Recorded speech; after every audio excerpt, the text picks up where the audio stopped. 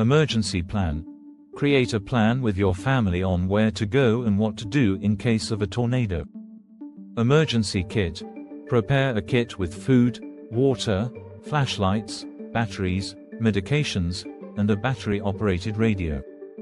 Follow local weather forecasts and alerts. Use apps and notifications to stay updated. During the tornado, seek shelter.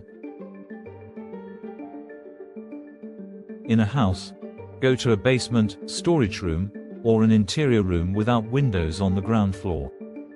If no safe location is available, get under a staircase or in a hallway. If you're in a car, do not try to outrun the tornado. Find a safe shelter, or if that's not possible, abandon the car and look for a ditch or depression to protect yourself. Use blankets, pillows, or a mattress to shield yourself from debris. Cover your head and neck with your arms. Stay informed. Use a radio or app to receive updates on weather conditions and alerts. After the tornado, check for damage.